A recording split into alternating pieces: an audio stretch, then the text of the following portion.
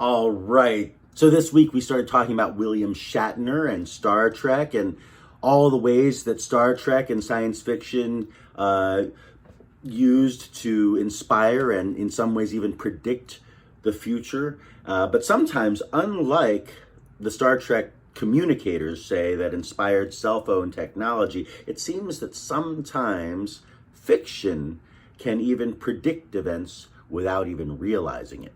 So last week we were talking about random number generators and how they could pick up or even slightly ahead of time pick up on human sensitivity, otherwise known as presentiment, just before cataclysmic events take place. So what if we could predict something like that years in advance? Well, in the case of fiction, apparently it does. And in many cases, it's observable.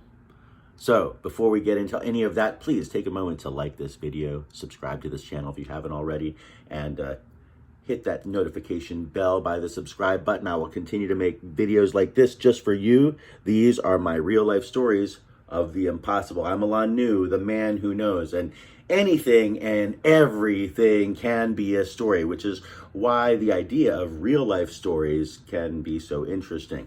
So like, just what isn't a real life story anyway, right? Nonetheless, there are these classifications known as fiction and nonfiction, and basically fiction is classed as stuff that was created from someone's mind.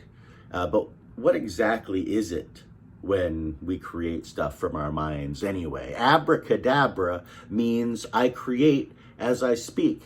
So if we create as we speak, does it become reality?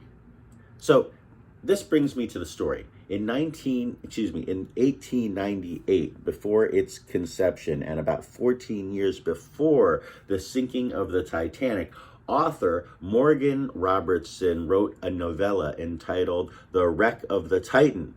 The Titan, which was about a brand new luxury ocean liner ship called the Titan, which was labeled as unsinkable. And it was the largest of its kind ever created. And in fact, because it was fiction, it has never yet been created at that time.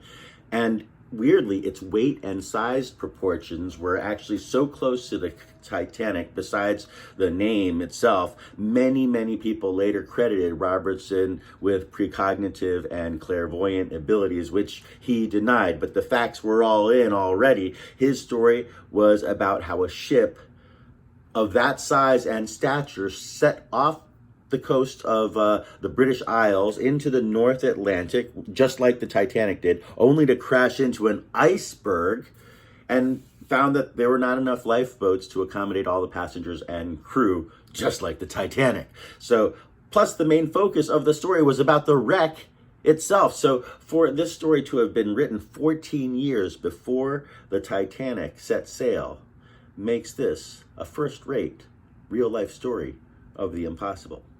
And I'm Alain Nu, the man who knows. And to learn more about my live mind-reading stage shows and virtual shows that are specifically designed to amaze your venues, events, TV programming, corporate conferences, and the like, please go to my website at themanwhoknows.tv and subscribe to my newsletter. You even get a free gift for doing so. So we're on our way to over 1,000 subscribers, and please do me a favor also and tell a friend, let them know about this channel and how much they ought to hear about these strange stories, because where else do you get to entertain yourself with not the usual stuff other than right here on this channel?